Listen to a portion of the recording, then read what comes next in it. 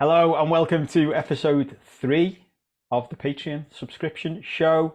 You know who we are by now. First and foremost, thank you so much for being here. Thank you for your support. We really do appreciate it. None of this would exist without you. The free show wouldn't exist without you. So you are our favourite listeners and viewers. Are we allowed to say that? It's like saying who your favourite kids are. Is it three? Yeah, Or is it episode 3. two? Wow. Yeah, I did the That's first one and flying then or you did one. And I know I did that before when I was that's flying already, isn't it? It's like when we were doing the free ones and we're like episode 50 and you're like, is that gone? yeah, That's like months. yeah. It feels like we're only still like just starting it up, doesn't it? I But know. yeah, I you think I are our probably always favourite. feel like that, won't it? I think we can say these are our favourite ones, the ones who are watching this, because these are the ones who are, making us think we can make this a thing, because we Yeah, want to make this a thing. And there's yeah. nothing wrong with saying that, is there? That's what I Because think. I don't know what I'm going to do for a living otherwise, you know what I Well, mean? this is the thing. We were just saying that you're slowly, if we don't get enough subscribers, you're slowly just the background's just going to get worse and worse on your Yeah. Zoom, isn't it? Yeah, You're it's just gonna be it's gonna be you're me in the like street, in the doorway, yeah. yeah, down a back alley. That's what we'll do for our trailer to try and get more subscribers on board. Um, but aside from that, as we say, we love you and thank you for your support and keep your comments coming in, keep your feedback coming in because we want to make sure we keep developing this and giving you value for money because that was always the aim. You know, whichever level you're subscribing at, we want to make sure that when that you see that money come out your bank account, you made up that it's coming out and you feel like it's absolute value for money. I've literally just got to the point where I've realised I'm probably going to cancel Netflix, which is mad, isn't it? Really? Yeah, because they've been creeping up their price, so it's now Yeah. like 11 quid a month, and I'm sitting there thinking I just don't like it. Like it's that thing where do you spend more of your time just scrolling through Netflix than watching anything on it? Yeah, but I like it though, but I like I know what you mean about the price, but I share mine. Yeah, As in, like so it feels like it's like, like when I look at it and there's like a login for me, uh, Kelly, Bracken, Cara. yeah, I'm like, oh, we're getting value out of that then, aren't we? Because there's like 4 different people at 4 different times, all watching whatever they want, and yeah, I think that feels like it's worth it. I mean, the mad thing is, we're behind the paywall here, aren't we? I think we can admit that we know there's a world of alternative TV solutions, shall we say? yeah. And I also pay for one of them. And so anything that's on Netflix, I could probably get it anyway. But it's just the ease of it, isn't it? But I think some of the chat that we've got might end up verging into tally, or it certainly is going to a point I've got to make about it. But Today. we'll come on to Well, that. yeah, all right. Well, let's just get stuck in because we're gonna. This is gonna be football heavy, but I think uh, probably rightly so at this stage of the season. There's only a couple of weeks of the season left. Loads of this stuff we were going to talk about on the main show. We didn't have time, and then since then, obviously, City have demolished Real Madrid in the Champions League semi-final. So I wanted to have a chat about them, a chat about potential, a bit about next season and all the rest of us and where it fits. Looks like they've won another league now, which makes it. And this is I don't think enough is made of this, right? But historically as well, it makes it five. It will make it 5 out of the last 6 leagues they've won, and it's only us stopping them winning 6 in a row. And if they'd have won 6 in a row, like we're in the territory of the Bundesliga and the Scottish League, aren't we? And basically, what's the point? And it's mad that I look back and I was thinking about this. At first, putting the agenda, it still amazes me that some people didn't want Liverpool to win the league when we won it. But then on the other hand, it sort of highlights how much people dislike Liverpool, doesn't it? In the wider community. And when we had the chat about would we rather Arsenal or City win it, there's still a load of people. I think you even said you'd rather City win it because it doesn't Doesn't mean matter. anything because Yeah. you are the like it's all just doped. Um, and they're also now likely to, which is mad. But I've been watching Neville and Carragher, and especially Neville talk about the treble that they won, and I remember that vividly, as I'm sure all Liverpool fans do. And it felt like a slog for them to win it, and they did well.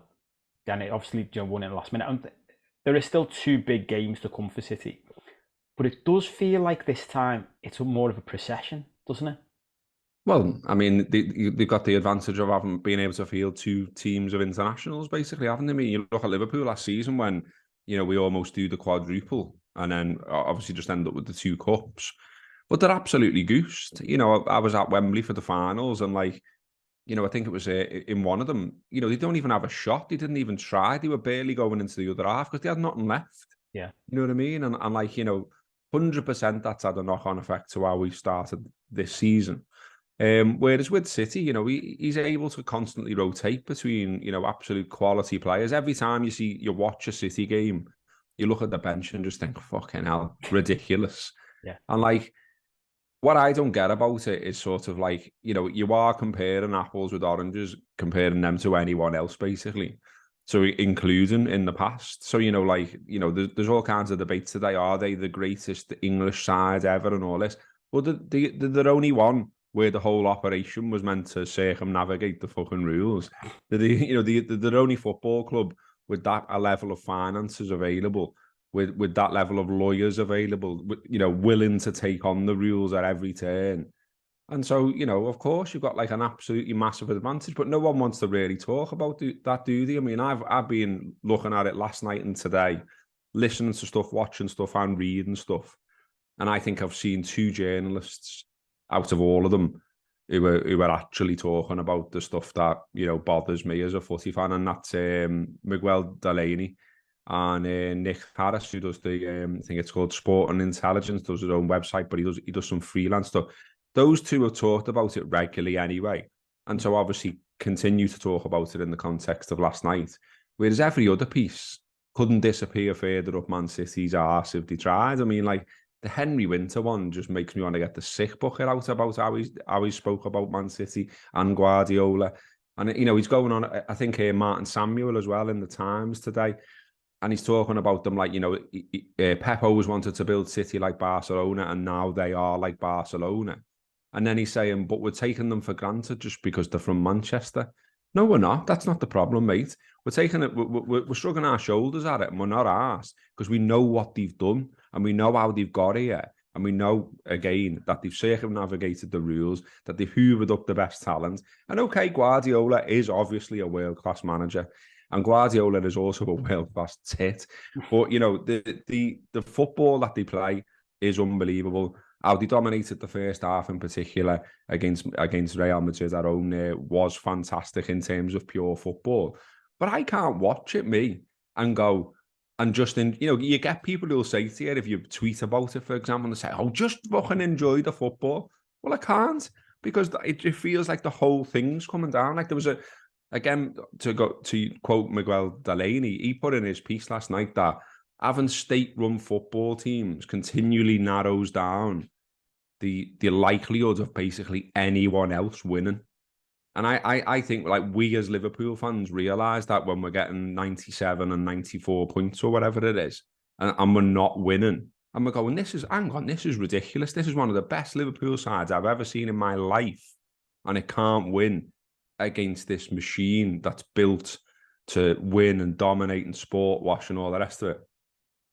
That might be a problem now. And so we've been talking about it for a long time, but I feel like another consequence of them perhaps winning the treble here is that other sets of fans, other fan bases, just other football fans in general sort of wake up and go, hang on, it's not that good, this. Like what you've just said, if it does turn Bundesliga or it does turn League 1, are we going to enjoy that? And my point that I was getting back to before when I said about I've got a point to make about the telly, I think people aren't that arsed anymore. Or I can remember, and okay, it's when I was younger, but when Champions League football was on terrestrial telly, everyone would watch it. Obviously, well, a lot more people would watch it. Pubs were a lot fuller of people watching just big games. Do you know what I mean? And I don't just mean, so I could go to the pub. In fact, I did go to the pub in Highton and watch Man United or Chelsea or Arsenal, whatever. And there would be a packed pub in there to come in to watch the footy and watch it as an event and watch it because it's 2 big sides going against each other. I know of people who are footy fans who were shrugging their shoulders about last night, going, can't be arsed. Yeah. And you're like, it's Manchester City against Real Madrid in the semi-finals of the European Cup, and you're not arsed. Like, I made the effort to watch it, and not just because I'm talking about it on here. I'm still a footy fan. But by half time, because of how it had gone, I was like, had my phone out, was me, washing the dishes. You know what I mean? Like, I was like sort of done. And maybe I was just watching because I wanted to see them trip up and fall over. You know what I mean? And it's like, I think everyone on different levels of consciousness almost knows that this isn't right and is starting to turn off from it. And footy, in loads of different ways, City included, but also what they're doing with it in terms of it being on television. I just feel like footy is eating itself. You know what I mean? Like, well, Yeah. it's like the people who most loved it are starting to doubt it, and that should ring some alarm bells for someone somewhere, and it's not, or it doesn't look like it is. Yeah, I think that's all right, and it's interesting you said about the way in which you watch the game, because I try to plan around, because when you've got a busy life and stuff, it's like you can't watch. I can't watch all the footy games I want to watch anymore, so I have to prioritize. So it's like I'd quite like to watch the second leg. So, but I thought the way I planned it was I'll watch the first half, and it was like, even as you were talking, that I was laughing to myself because for viewers and listeners, some people know about this stuff and some people won't. But like things like when you run in YouTube channels, one of the things you look out for in your podcast is how long through the show are people watching. That's one of the things that the algorithms look for, isn't it? Because not everyone watches every show all the way through and Yeah, all the rest of it. And I was, as you were talking, I was thinking, I wonder if you did like a statistical analysis on Man City's games, what that would be like. Because I bet, yeah, loads of people watch Man City who are non-City fans in the same way, which is I'll watch it up until the point where the they're first goal battering the other goes in. team, and then I'm turning it off because I didn't watch the second half because I couldn't be bothered. I Yeah, just checked the score, and as soon as if I'd have seen Real Madrid had scored the goal, I'd have probably put it back on.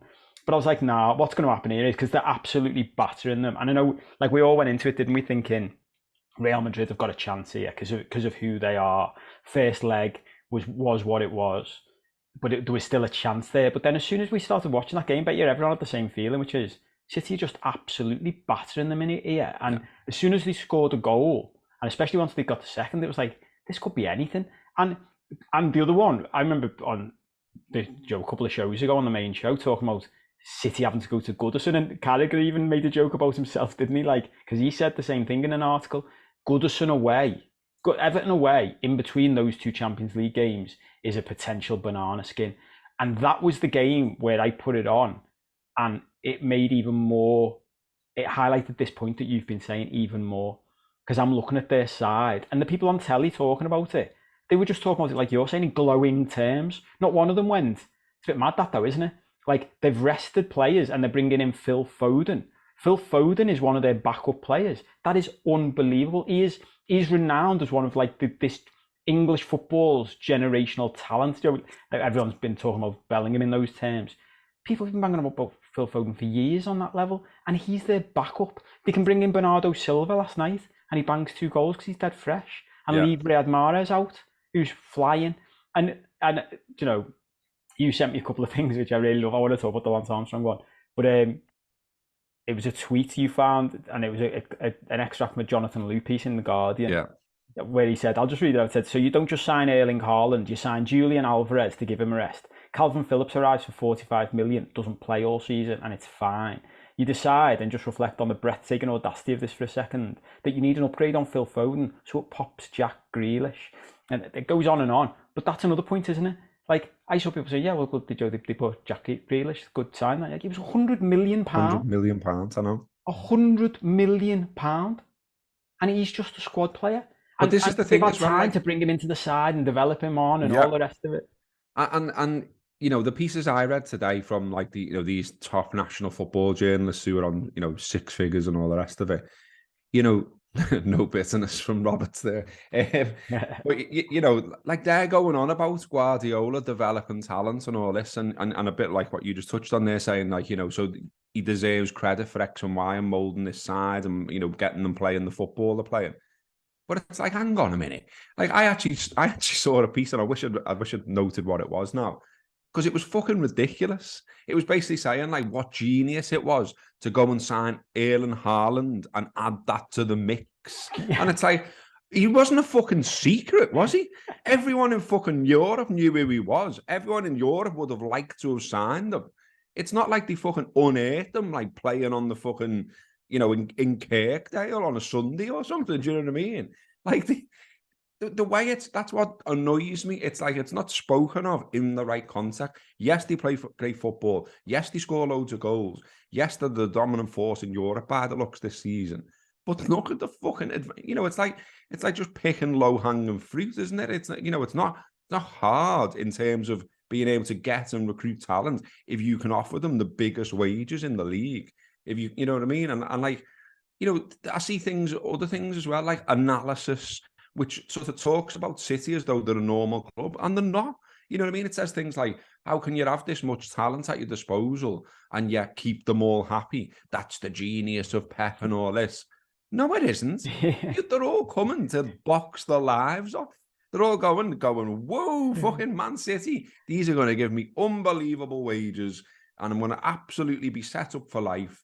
I'll probably win trophies, and that'll look good as well. And I'm comfortable with it, and that's fine. But equally, I'm allowed to sit here and say, sound lads, but like from a sport and romantic point of view, you're fucking cheating. You know what I mean? You're cheating the system. No one else has got this resource available to them. You're way out ahead of everyone else. Anyone, and I always say this, and I imagine most people are sort of on my side. It's not like I'm sort of speaking to the wider world here. People keep saying, behind the paywall, we don't have to self-edit. But, seriously, if you've never read the Spiegel stuff, which is like the German media outlet that has done absolutely loads on City for years and years and years. And they've got emails, they've got all the stuff from football leaks and all that kind of stuff. And it's detailed analysis of how City have repeatedly cheated the system and repeatedly, like battered stuff away. And like, the European ban, obviously, like, was not knocked into the bushes. And then they said they'd run out of time and all it, all this shit. Like they shouldn't even, there's an argument to say they shouldn't even be in the competition, or they at least should only just be returning to it. Do you know what I mean? So, and then there's the 115 charges, obviously, from the Premier League. And like, there's people saying that might not get dealt with until 2027 because City will just constantly, put all the lawyers around it, keep on raising questions, keep on making it more and more difficult for the charges to actually stick. And in the meantime, just sort of win and stuff. The other thing is, though, I think they fucking know, or Guardiola knows, because that's why he's so spiky, I think, on the in press conferences and things like that. Because there are journalists that do ask these questions. There's not many of them. There's a handful that do. And when they do, he gets a fucking cob on about it. Because he knows that his legacy is going to be stained by this. And he says it. He sometimes, he gets asked about his legacy and he's like, well, I've won X, Y, and Z and blah, blah, blah. Mm-hmm. And I think this is why now he's sort of trying to compensate, I think. I think he's interesting to watch now from a sort of like how he's dealing with this as a man. He's suddenly become a lot more cocky compared to what he was before. So, like previously we've seen him sort of overthink lineups and things like that at this stage of the European Cup and like, fuck it up in the final with odd, setups and tactics and all the rest of it. This time you had Rio Ferdinand last night on BT Sport saying Guardiola had text him saying, we'll beat these. And, and all this sort of like really like confident stuff. And I'm like, that's a change, that. You know what I mean? And is that his new thing now? As he stopped and thought about this and he thought the easiest way to bat all this away is get everyone to say we're the absolute greatest, we're unbelievable. And obviously if they win the treble, that's what's going to happen. Like the level of spin we're going to have to endure. Well, anyway now, because they're in the final. And anyway now, because they're going to win the league. It's going to be like, it's going to absolutely blow my mind staying up to speed with football media. It already is. Like I say, to only have like literally, 2 journalists mentioning, the situation that like I put Talk Sport on before for the same reason, because I thought, you can ring into that, can't you? Obviously, you'd have Simon Jordan, you'd have Jim White, and they have their stance on it. And their stance is largely to batter away. Surprise, surprise. They just talk about the football and the quality of the football and not the behind the scenes thing and not the advantage that gives them. But a Liverpool fan rings in and says, well, why don't you talk about the 115 charges? Why don't you talk about this? Why don't you talk about that?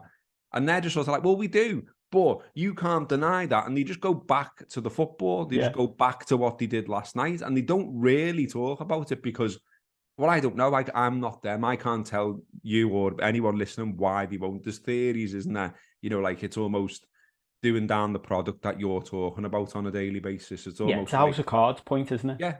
But like, you know, you think about like our age and how we grew up and you know, we loved, didn't we, you know, Italian football and watching it on Channel 4 and James Richardson and all that stuff. And like, that's where the stars were then, you know what I mean? And we didn't compete with them in terms of having like the absolute world stars on our doorstep. They had them. But things have changed. And obviously, like, it went tits up in Italy, didn't it? It fucking ate itself in Italy. And then it's ended up, you know, on its head. And now the Premier League's got the stars, and the Premier League's where everyone wants to play. But, you know, is there an argument to say the Premier League eats itself? Because I hear things on a weekly basis that I just think are fucking mad. Like, they constantly look to change things, all the people who run football. So, you know, it's not long before we've got the Champions League changing to this mad format with a massive league, loads more games, and then it ends up knockout at the end. But all it's doing is rewarding the rich clubs, making sure the rich clubs are playing constantly in this competition. But it's going to bore the fucking arse off everyone, you know what I mean? There's going to be too many Champions League games. It's European Super League by stealth, essentially. People are just going to get fucking bored. So that's a way it's eating itself. They're still talking about playing games abroad, games that matter, not, you know, just pre-season friendly. You got that Todd Bowley knobhead saying, let's have fucking North v South football games. How does that work, you fucking dickhead? If a player's worth £100 million in the example of Grealish and probably insured, you know, around that, City aren't going to go, oh yeah, go and play in a fucking North-South game. They already, like, you know, try and block off them playing international football, which has gone on forever. Like, oh, sorry, hello, yeah, Gareth Southgate. Yeah, he's got a dirty sock. He can't turn out for England. Fucking North v South. And so you've got all these, like, mad capitalist bastards who've like infiltrated our game, who constantly want to change it and constantly want to do something different, constantly looking for another way to pay, you know, make even more money. You know, oh, let's bring in playoffs. Could we have a playoff? They were talking about this week. Could we have a playoff for the Champions League spot? But it's fucking all right as it is. You know, we've got used to the top four thing and we're all right with it and it works and everyone knows where they're at. No, you don't need a fucking playoff. You know what I mean? Like, why have you constantly got to keep fucking changing it? You fucking bastards, leave our footy alone. Middle-aged rant for you there, mate. I was just sitting here thinking, this is like a therapy session. Do you know what? There's loads in that, right? But I want to go back to something because this is another tweet you sent me, but it ties in. And there's something behind this, like psychologically, financially, for the sport, whatever it is. There was a TalkSport tweeted saying, where does this Man City team rank in terms of the best teams you've ever seen?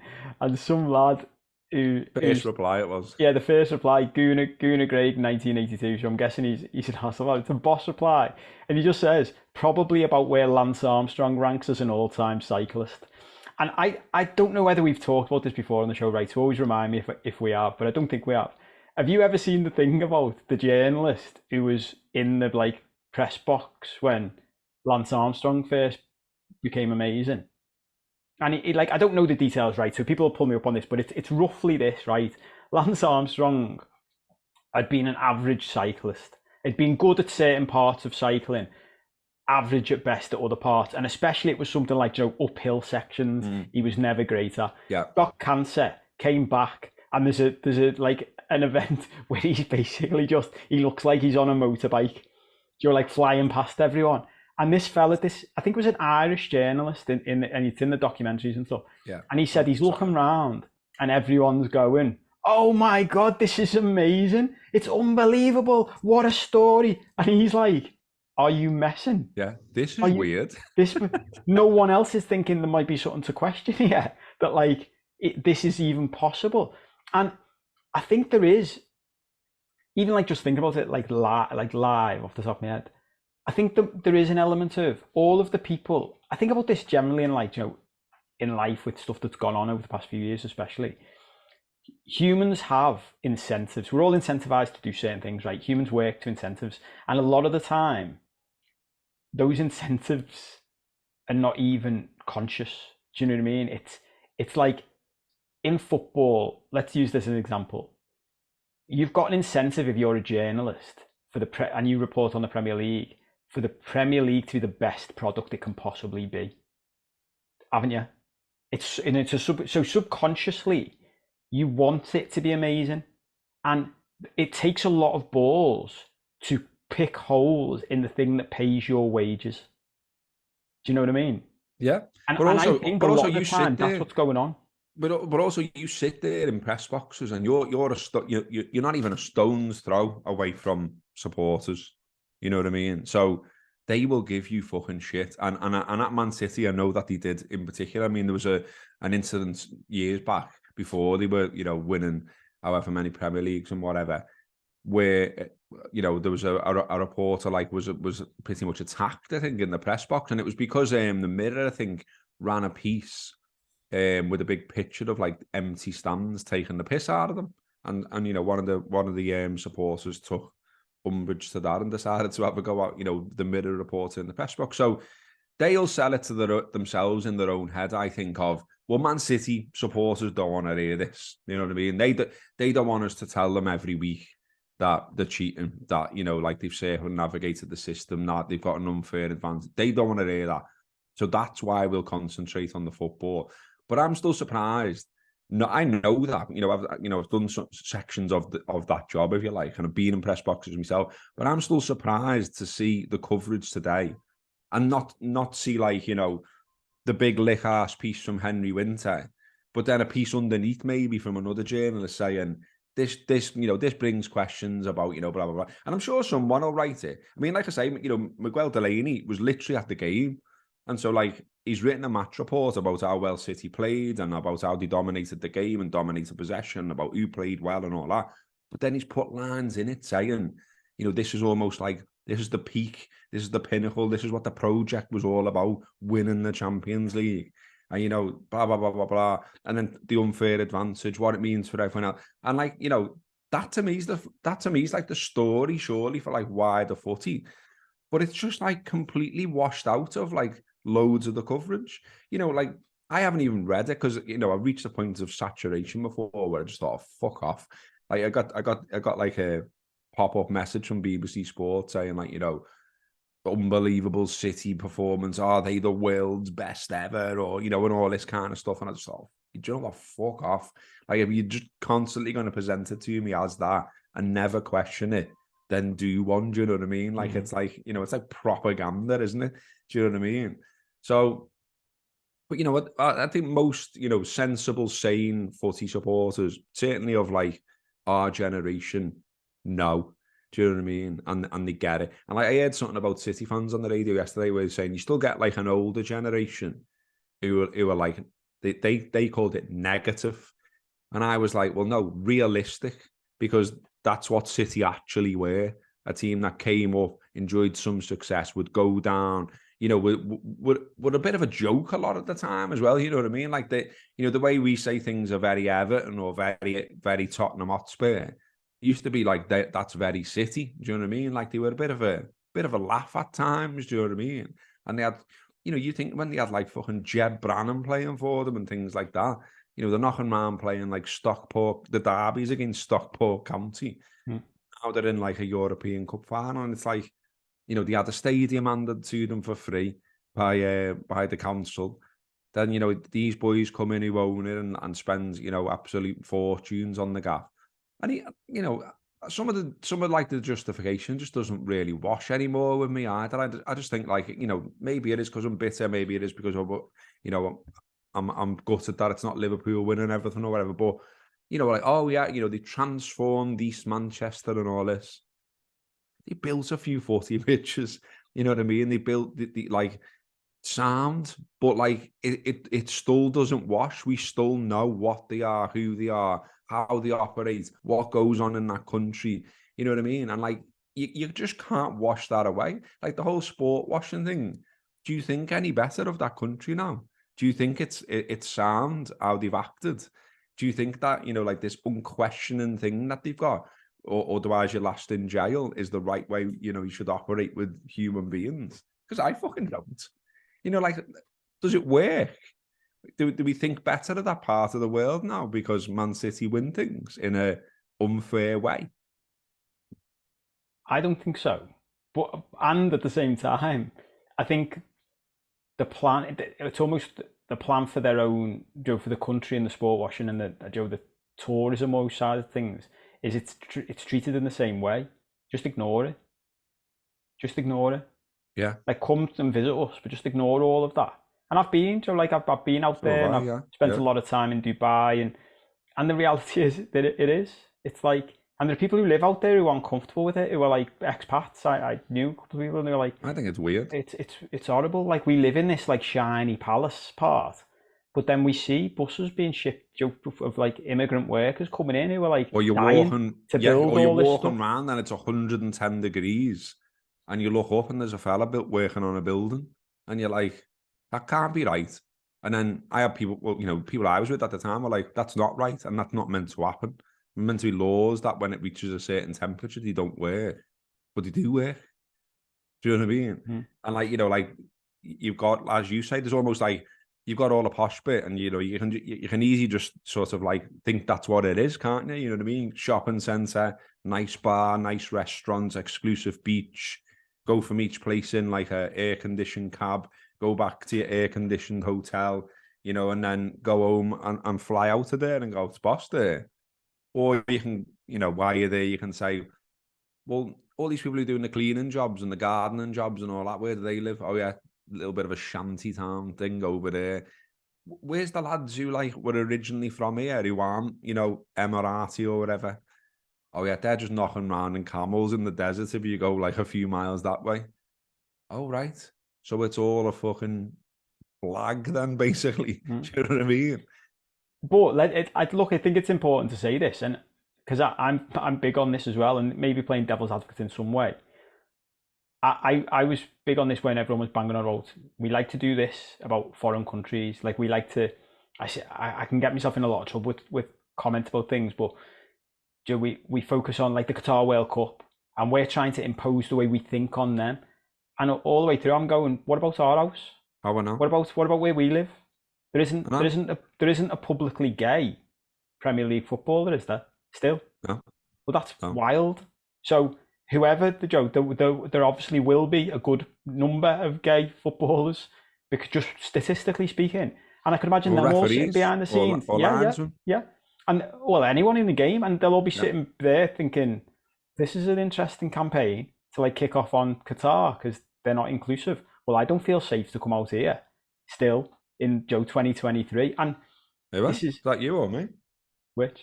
The noise of something collapsing. Oh no, I didn't even hear it. Yeah, something collapsed in your house. I don't think it was in mine. It sounded like it was in yours. Anyway, crack on. We'll inform the subscribers of what it was if we ever find out. Yeah.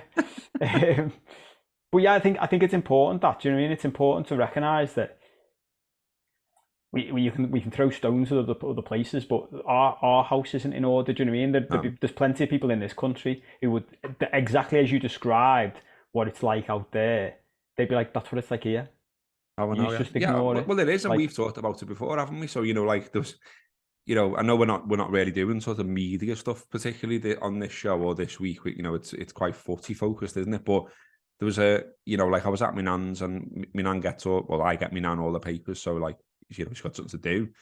And I was just sort of like before a lash, and I was just sort of looking at all the headlines, having a bit of a flick through, and there was a piece about Anne Widdecombe saying she'd been on some politics show this week, and someone had said on it that like cheese was like a ridiculous, the cost of cheese has gone up ridiculously, like, and she was, and like the presenter was sort of saying, well, a cheese sandwich is like something you wouldn't expect to be expensive, and yet now it is.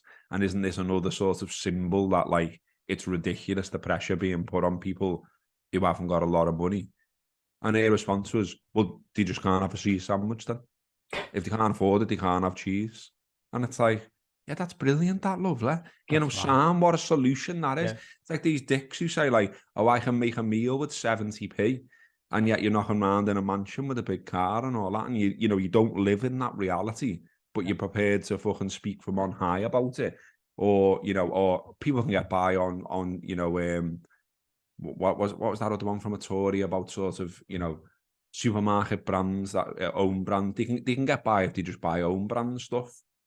I mean, even that, you know, like the mad thing, tangent, but you know, the mad thing here is like shit like that he's advocating that you eat is full of fucking salt and full of crap, and it's like it's actually cheaper to eat shite than it is to eat well. Do you know what I mean? Like, so if you want to buy like fruit and veg and cook from scratch and all that kind of stuff, it's dearer often to do that than buy shitty fucking ready meals full of crap, full of salt, and then, you know, and the knock-on effects to your health that they have. But again, that's just, you know, like the sort of mean aspect of the way countries, including ours, are run like that. I just don't get it. I just find it horrible. You know, like, who do you think you're kidding talking like that, you fucking bells? But this is interesting, you know, right? Because I think it ties back round to bring it back around, like to the footy and something eating itself, right? So, like I always think about this in like in a bring everything down to its base level. So let's say let's say your politics or your attitude to life is that we can keep a huge percentage of the population poor and suppress them, and they just work and they're the plebs and they help to make a certain small percentage of the population wealthy. I've been saying for ages, even if that is your attitude to life, right? Aren't you better making the people at the bottom wealthier because they'll spend more money then, and they'll make you even wealthier? Like, make the whole machine wealthier, and you'll be better off. Look after everybody, and you'll still be better off. You don't need to worry. Like, it's the idea that there's like I was reading about a you know, a business advisor, like millionaire guy in America, talking about this. He said one of the fundamental problems with people who have that mindset is they think there's a pie, like they think of money as a pie, and there's only a certain amount to go round, and it's not true. Like, it's just not true. You can create wealth, like you can make the whole place wealthier, and everybody can share in that. But it's this mindset of no, no, no, we need to keep you down so we're all right. But where I think that leads to is it eats itself, which is ties back into the Premier League, which is what we're talking before, and we're mainly just talking about journalists. But if I'm running the Premier League and I'm watching this unfold, I'm thinking we're in danger here because this product's eating itself and we're letting it happen. Like, if we let it go down this path, exactly what you talked about towards the start of the show, people will become disinterested. Because Yeah. what is the appeal of the Premier League? The appeal of the Premier League is what we've seen in recent times. I mean, like, it's competitive. Anybody can beat anyone. It's the jeopardy involved is huge.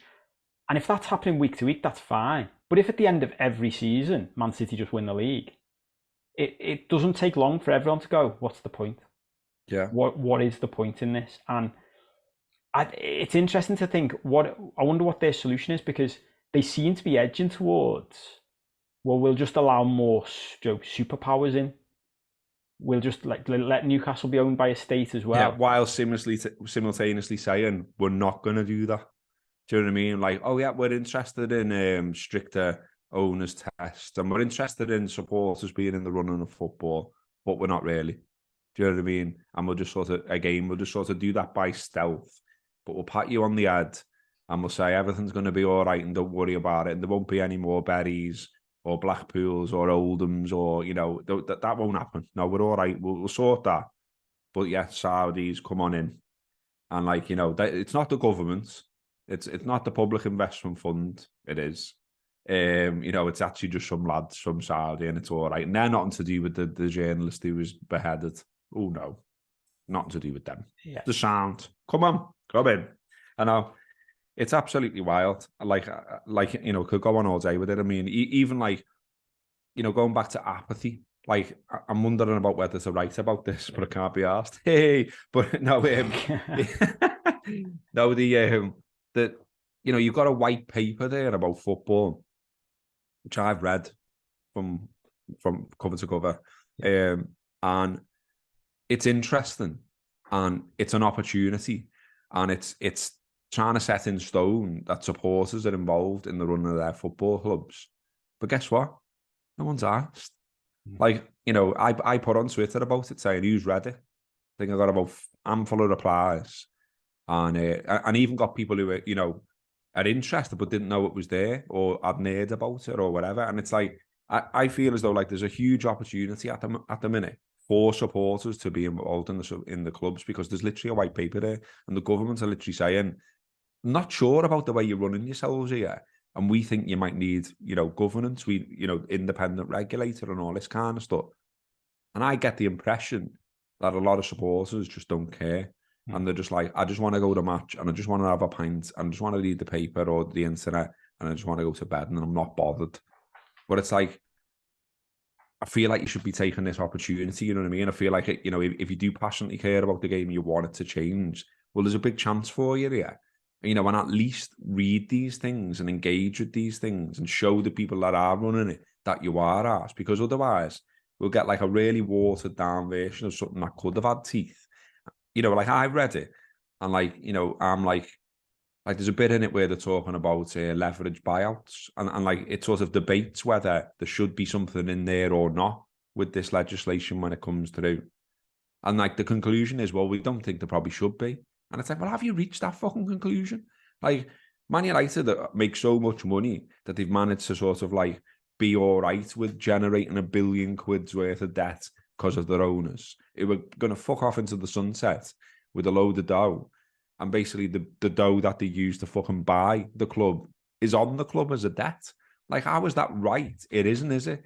And you wouldn't want it to happen to another football club. And yet, when this white paper's been put together, everyone's gone, leverage buyout is sound. Just leave them in. Carry on with them. What? Do you know what I mean? I don't get it. Like, I don't, and I think, like, if people were asked, they could write to their MPs and point this out, because I think we think, like, MPs are, like, up on high and understand absolutely everything, and they don't, and they can't. There's too much for them to know about, so it's up to you if you're in their constituency and you're asked, write to them. I always used to write to my MPs about Hillsborough all the time, and I've still got all the replies. And this feels like another one where, like, if you read the white paper and you don't think it goes far enough, and you think football's eating itself, and you think something should be done about it, but what can a little pleb like you do? Then write to your MP and say, you know what, this isn't right, because like these football clubs are dead important to our communities.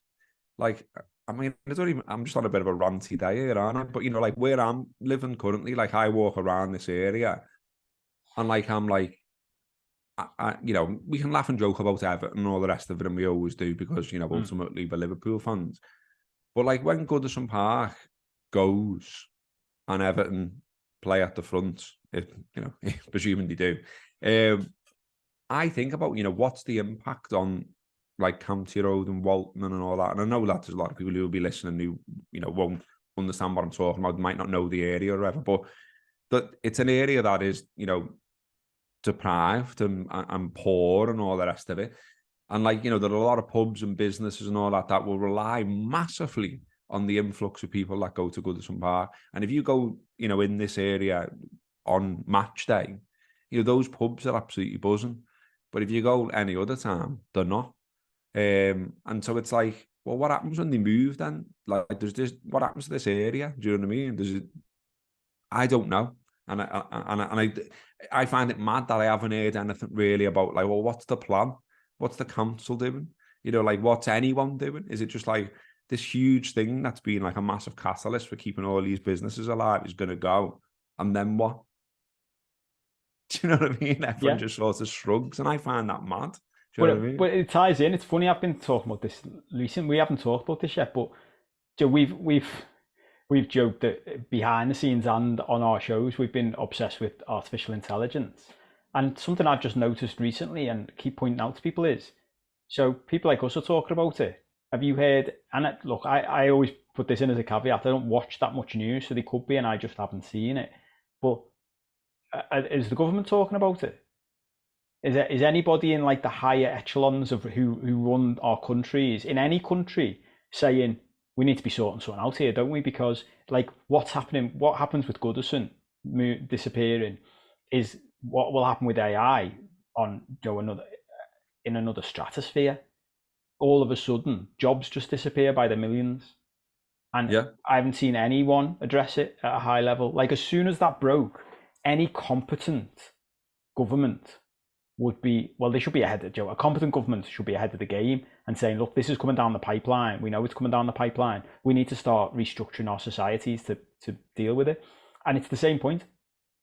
And it always ties into little things I've got from my past. I remember one of the big law firms I worked in once, and someone I knew, a mate, was like always kicking off about decisions that the partners made and how it affected everybody and stuff. And they were moaning to one of the younger partners at one point, and he just said to her, and I'll always remember this. He said, "You're giving them too much credit." He said, "You're giving your theories on what's going on here assumes that the partners know more and are thinking more about this stuff than you think they are." You went, "They're not." And it ties into what you've just said. Like on a grander scale, that's what's basically happening. I remember seeing a guy in an American lad who said he went through his life and he was doing business and stuff, and he said, I always thought there must be a room somewhere where there's all these like dead, clever, brilliant humans, and they're the ones running stuff. Do you know what I mean? Like the government officials and the prime ministers and the presidents and that. And he went, and I worked through my career and I ended up in those rooms and honestly couldn't believe it. Because he said those rooms are just full of people like us who haven't got a fucking clue what they're doing and don't have a plan, and they don't think ahead, and they're not thinking, well, what should we do if that happens? They just wait till it happens, and then all the shit hits the fan, and then they deal with it then. Have you ever watched like a select committee or anything like that? Only bits, only extracts. Because I watched the one about the white paper. Again, just I mean, like I went for a job. I think I said on one of the other shows, I went for a job at the Football Supporters Association, and so it was sort of prep for that. And I watched the select committee where they talked about the white paper, like, and like I just said about MPs were standing up and saying things like, I'm a such and such fan, and like, well, what about this? And like, they were fair enough questions, but they didn't come from a base of, they've thought deeply and like, read everything and looked into how Germany runs their football or whatever. It was just sort of like off the cuff. Do you know, like, what about this then? Chit chat. And it was like, I get it, as I said before, because I know that they've got to deal with like an unbelievable amount of different issues. They've got to keep standing up or going to meetings and be an expert on a different thing almost on each day of the week, which, comes with its own pressure. And I understand that. But again, it's like what you're saying. It's like, there's not, I mean, Tracy Crouch, don't get me wrong, has obviously put lots of effort in it and knows all about it, and she was central to it. So she knows about it, and that's why she's sitting at the front of the select committee and answering the question. But it's just sort of like how it's formed is not as complex as maybe you think it's going to be. To bring it back to City, a point I wanted to make, when they received news of their 115 charges. And by the way, nice one to Carragher, by the way, who apparently did say on his coverage, if they're found guilty of these charges, the treble, if they win it, is worthless. Get in. So there is someone else out there fighting this corner well in Carragher. But City last lost the game, all comps, on the 5th of February, which was Tottenham Hotspur away. They lost 1-0. And then it's about, I think, 23 games since then. Only 1, 2, 3, 4 of those are draws. And this makes me think about Pep again. About, like when all these charges come in, like, do they get everyone together at City? Like, I'd love to know what's said behind the scenes, really. Really and truly what's said. Like, what's said between, the sheiks or whatever, and you know what I mean? Like, how are they really dealing with it? Do you know what I mean? But I think he's done the worlds against us thing. Do you know what I mean? Like, they've already tried to throw us out the Champions League. Now they're trying this, like, let's show them type of thing, because not lost since then, since the charges. Like, the charges came through, I think, the day after that Tottenham defeat. They haven't lost the game since. all season long as well, just to add to the depression. They've only lost 6 games, all competitions. And yeah, they've been on that unbelievable run at the back end of the season to get them to where they are now. Well, it's crazy, but it also ties into, because look, that it's interesting that they haven't lost since then, and who knows why. And at the same time, I remember, when we played them in the and this seems like years ago, doesn't it? We played them in the Charity Shield, Community Shield, and we battered them. And I remember the time, like, we were getting carried over. Everyone was getting carried over because we looked brilliant. But I remember thinking, I think he's just timed his preseason differently to us. Like, he's more, if you look into it, he's way more into like giving his players rest in the summer and stuff like that. And we've just tried to keep going basically. And what Guardiola's brilliant at, to give them some credit, because I do want to touch on that slightly, is timing his season, pacing his season. Because Ferguson used to be brilliant at it. Like, he knows that, like, if you just look at, and I did think Arsenal were going to do it. First half of the season, first 19 games, Arsenal got 50 points and City got 42. Second half of the season, after 17 games, Arsenal got 31 points, which we got more than in that run. Liverpool, and Man City got 43. So he's just better at, like, doing that thing. And we got good at this under Klopp for a couple of seasons until it fell apart, and the funding bit is part of that. He's better at pacing a season, and obviously that all ties into, well, you've got these players to do it. But a point that's worth mentioning that popped into my head before was, I remember years ago, I think it must have been, I was thinking about this before we started, it must have been 2016, because I was running I had an online gambling company for a bit, and I was working with a marketing company. I don't know that I ever told you this, and we were in Manchester. I met them in Manchester, and they were great, young lads, but they were they'd worked with all kinds of, like, William Hill and all kinds of big businesses. And I met them in Manchester because they'd met Man City, like, to talk about stuff behind the scenes. And I always remember one of these lads was a Derby fan, so he had no skin in the game. Do you know what I mean? He was just a good lad chatting to me about footy, and he went to me, I was chatting to him about it, he went, look, I can't tell you, obviously it's confidential what we've been talking about with them. He went, but do you know the way you're all worried about what's going to happen? He went, you aren't worried enough. He said, if you think what you can see on the outside is frightening, what's going on behind the scenes of how they're going to control football is off the scale. He said, because their plan isn't just to win, it's to dominate everything. And you can see that, can't you? Well, of course, since then, like, boxing's now, taking place in Saudi. Like they set up their own golf competition and fucking, attracted all about, a load of the best golfers with big wadges of cash and all that.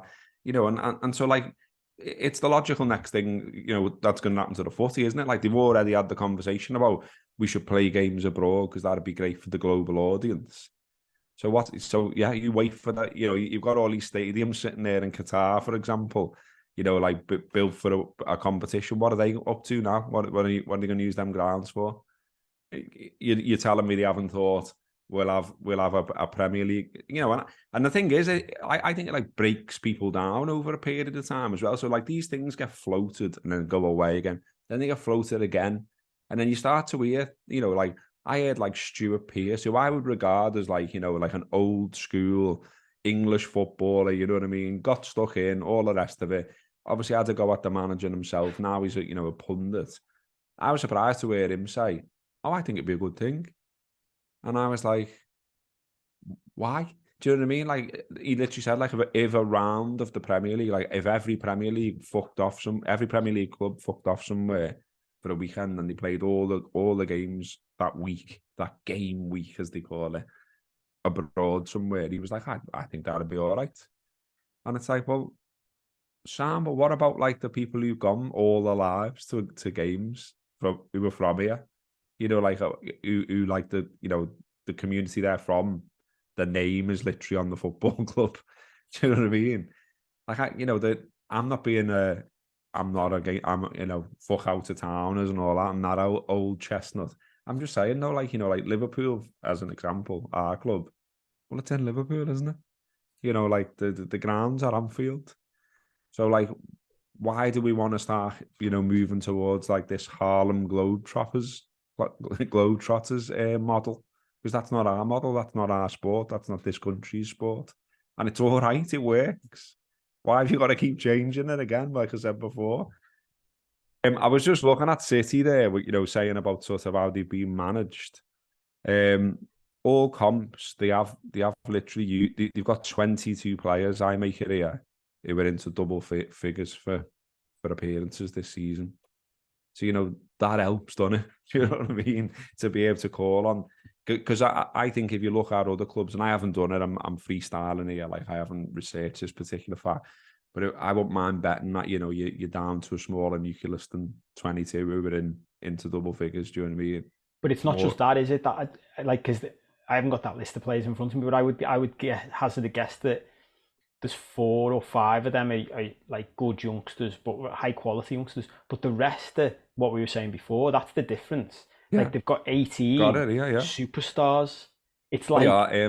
we All I was thinking about comps. this before. Like we were thinking, and look, there's an element of this because, and I'm sure there'll be fans of other clubs who've got less money than us moaning at us because saw yesterday where Oh, yeah. we're officially releasing Oxlade-Chamberlain and Keita in the summer, and I Milner thought and about them. Thought Fabinho. we've Yeah. done think about what they've won while they've been with us, but imagine because we're releasing Milner at the same time. Imagine if Keita and Chamberlain had the endurance that Milner's got, and they were available as much as him, and they both cost a good chunk of money.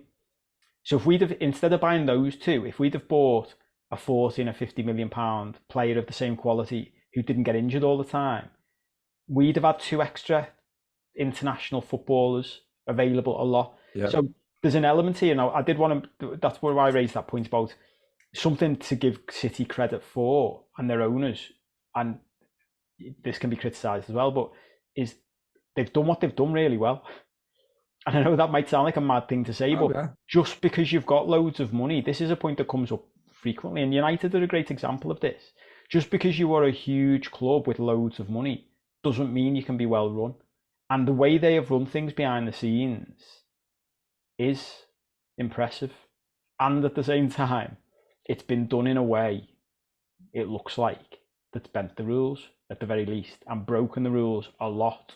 But even that is like a lot of that has been again down to being able to entice people with money, isn't it? So they brought in the brains from other clubs. Yeah. Like taking scouts and directors of football and youth development officers, whatever, from elsewhere, and just brought them in, and so you just ended up with like the huge football brains all in the same operation, all sort of telling each other that what they're doing is absolutely sound. Well, And no surprise. Like, and Newcastle, the Saudis have learned from because that isn't how City started, was it? They started with like the flash stuff and blah blah blah, and then they became more structured. The Saudis at Newcastle have taken the more sensible approach. yeah, They've done the we'll go and what get all gets us these to people this behind the level. scenes. Yeah, and also in terms of like they bought some good players, obviously, but like they're not doing daft stuff, are they? They're not doing like the real Galactico stuff. They're not buying From Robinho. yeah, they're just sort of saying, okay, well, what gets us into the Champions League, or what gets us nearly in the Champions League, hopefully in terms of Liverpool. Yeah. But you know what I mean? Like it's like they're doing it. It does feel structured what they're doing, which is a worry, isn't it? Because like we're sat here, moaning for best part of an hour about Man City. And this time next year we might be sitting here moaning in the same way about Newcastle United. Yeah, well, look, I wanted to have a big chat about all that stuff, but we've already done an hour, so we haven't really got time. Because I want to finish on Big Sam watch, but just like briefly, it looks like, well, I think it's confirmed now. I don't know whether it's official, but Pochettino, however you pronounce it, is going to be Chelsea's new manager. So I'm looking at the next season. There could be 6 really big hitters: City, Arsenal, Newcastle, Chelsea, United, and us. And then you've got Spurs and Villa, because Emery's record of Villa's ridiculous when you look at it. Like his points per game is only behind City and Arsenal in that time. And then, but the question comes in for me is like, can anyone challenge? Will anyone challenge? Do you see anything changing? Because it does change that having those 6 clubs all, and Arsenal and us probably in a slightly different category because we don't have the same firepower financially that the other clubs have got. But what we both have is Arsenal not as much as us, but long term stuff in place, managers in place, style of play in place. We don't need that many players in the summer to make a big difference. But only 4 of those can ever get in the Champions League through the league. What do you see happening? How do you see it panning out? Do you see it I just mean, becoming like, because does it, and I think historically it just comes down to money and average spend on your wages and stuff like that. well, it does, but equally though, you talk about being well run, and I think that obviously that's massive, isn't it? I mean, like Mm. I think we'd all say that Brighton look well run, and that's why they're knocking on the door of the European places, and that's why they're turning over Arsenal and knocking us out the cup and beating us twice this season already, and whatever it is, So, but Chelsea are not well run, are they? So they've got all the money in the world and they've blown all this money already. And they've got this ridiculous situation where they can't even fit all the players into a changing room and all this Yeah. kind of stuff. They've already, sacked Tuchel, brought in Potter, sacked Potter, randomly brought Lampard back, who just seems like a fall guy for them being shit, ahead of the next man. But, they they've won 11 games in the Premier League this season, It's Chelsea. wild. And the only, sometimes I quite like, no surprise to people who will have listened to me over the years, sometimes I like daft stuff. And I heard them saying I think it was on one of the dafter talk sport shows, they were like, Chelsea are officially safe from relegation, like well done and all this. And it was only the other week that that it wasn't a possibility that Well, they they won could a have gone game. down. They won a game, didn't they? And I was actually saying to people at the time, if this season just was like 5 weeks longer, they'd be in a relegation battle here because they were just dropping like a stone. Yeah, they've lost 14 in the league this season. The goal difference is -5. They've only scored 36 goals in 35 games. There's quite a bit of work to be done there, and obviously you can answer these things by going out and buying players, but they've already done that, and they've got all these fellas now on long-term contracts because apparently they were dead clever to do that because that circumnavigated FFP. Well, now they're stuck. They're at your club and they're not going anywhere, are they? And it's like it just feels like there's a lot of egos now to manage at Chelsea, and I like Pochettino, and I can't say his name either. So me and you talking about him's amazing.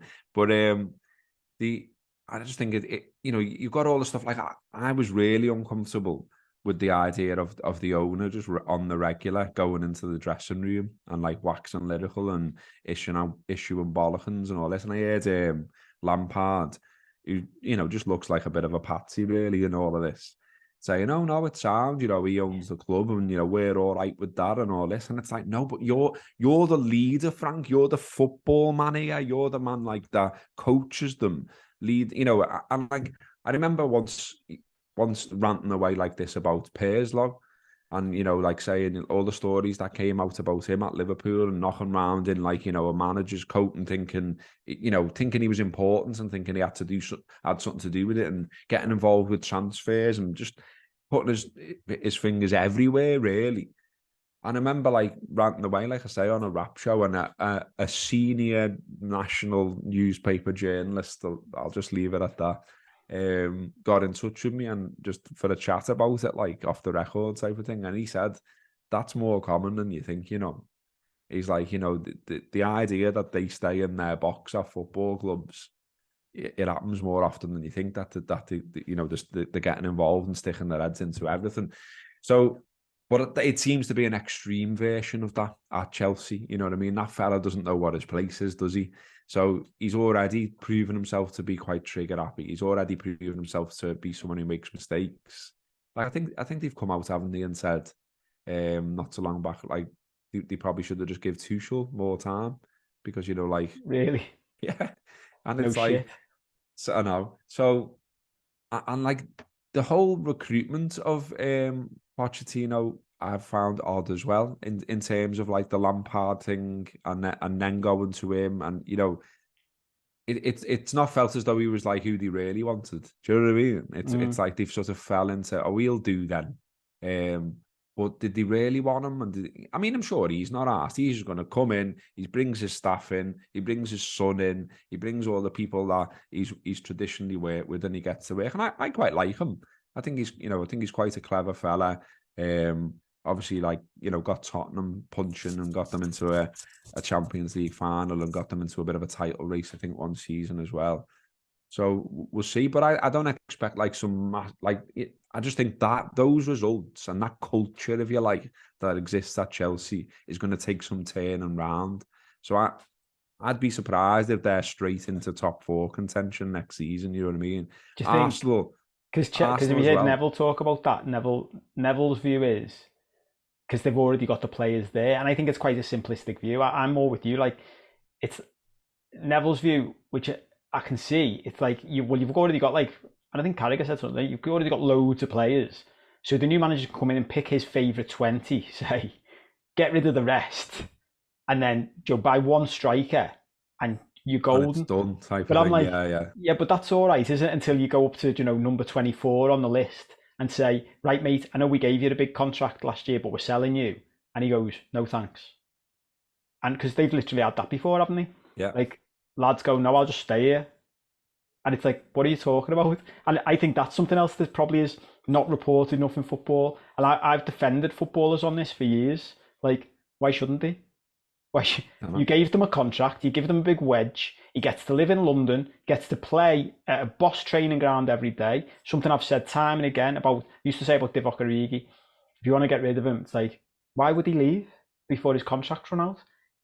People forget that this is their job. Like, they'd rather come into Chelsea's training ground every day in the middle of London than go and play for, Feyenoord. Or, I mean, that's just probably offended loads of Feyenoord fans there, but I don't imagine we have very many subscribers who support Feyenoord. But do you know what I mean? Like, I used to say about, like, you'd see Peter Crouch, like, talking about regretting leaving Liverpool. Like, yeah, because actually it was a better life, wasn't it? Your life was better.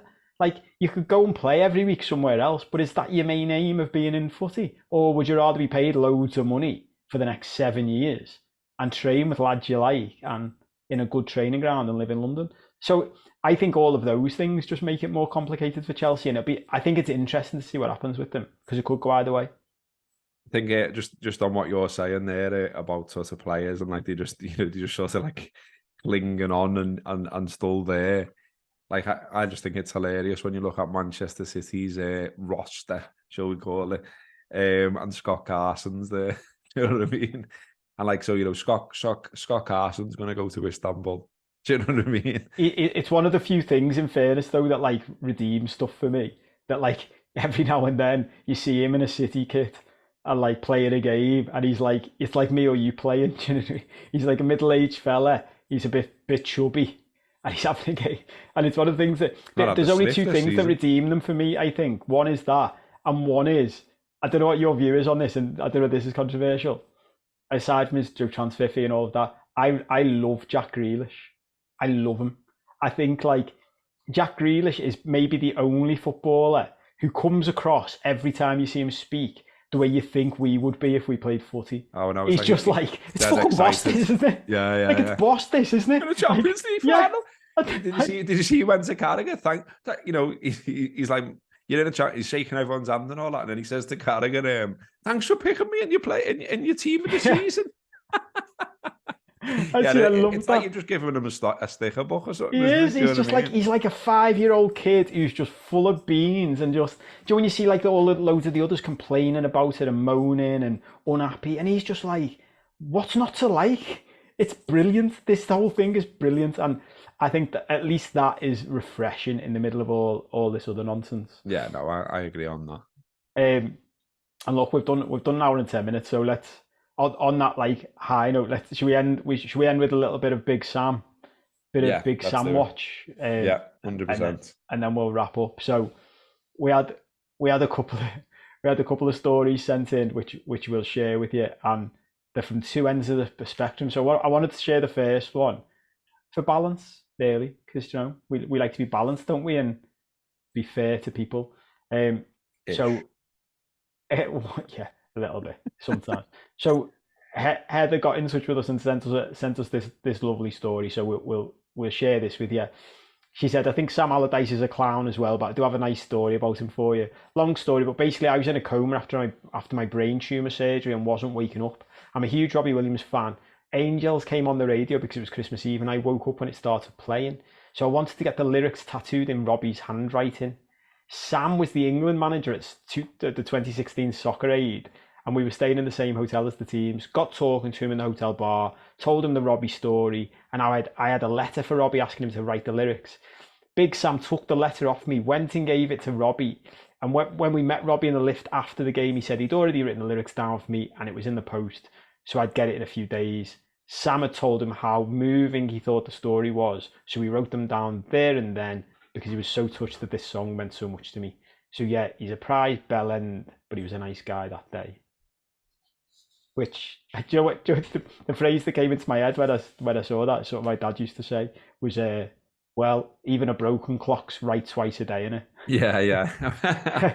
I mean, I think there's a similar thing. I listened to Simon Jordan's podcast this week because I just thought I'd give it a go. You getting into that, aren't you? Yeah, well, he had Sooners on, so I just thought, interesting to see what gets said here.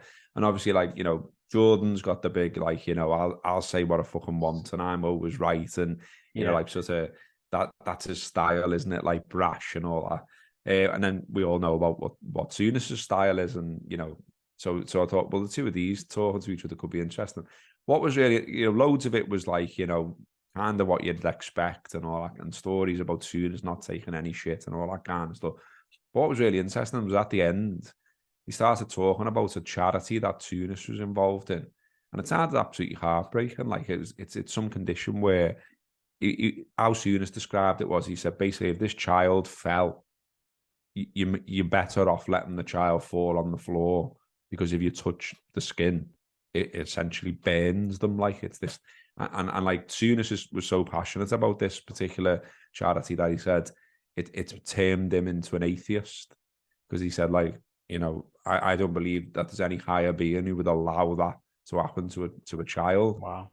And then he Sooners, because he's mates with Jordan, has got him into also championing this cause. And then the pair of them have got Rod Stewart involved. And it was and it was boss, do you know what I mean? I just thought, you got these fellas who were all fucking toxic masculinity or whatever, you know what I mean? Like, I'm dead hard and you can all fuck off and I don't care and I've got a big car and fuck you. And it was quite endearing to hear that even in these hard fellas, if you're there's a soft side, there's a sound side. And it sounds like, Al Gravy Guts has got a similar side to him as well. Just as a little aside, I can't help myself. I'm always like this. I wanted to keep this under wraps, but I just think maybe you'll all find it funny. So I've been thinking about Big Sam, and obviously, we're doing a bit of a jokey Big Sam watch, keeping an eye on him. And I thought, well, his time's likely limited at Leeds, and how many more classics are we going to get out of him before the end of the season? So how can I keep it going? Anyway, so I bought his autobiography. Yeah. So far, pretty dull. But when we hit some classics in there, I'll be sure to include them in the show. I think you could have a separate show where you just read his autobiography. Yeah, readings from Big Sam's autobiography. Yeah, I reckon that could go down well. This is just turning into Alan Partridge, with us coming up with show ideas for Robbo. Monkey tennis. Well, yeah. Well.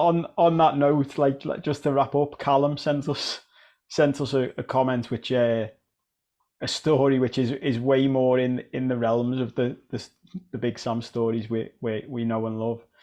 And he said, a few years back, an ex-pro told me a story about Big Sam. I won't name him to protect his identity. Do you know what made me laugh about this story? When he said, I won't name him to protect his identity. I was like, but if we take the facts that you give us in the story, we'll be able to figure out who it was, won't we? So let me read out the story and then you'll see what I mean.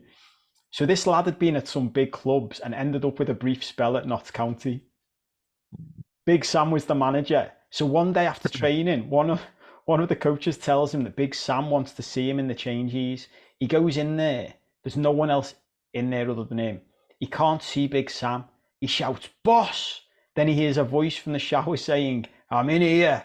He walks in and Big Sam's standing there having a shower. Sam turns to him, starts lathering up his bollocks and says, "So are you going to be my fucking captain or what?"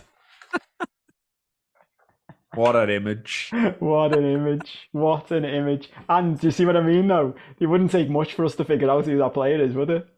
No, we could look when Big Sam was the manager of Notts County, and then we could look Exactly. at the sort of the players that were in and out at the time. Yeah, And you could who definitely figure it captained out. them for him.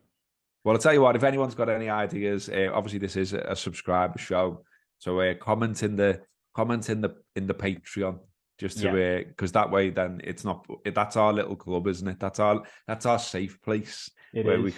we can rip people, share information like this, and it doesn't go viral on Twitter. So yeah, if you want to comment on this, let's do it in Patreon just to protect Yeah. whoever's in his identity.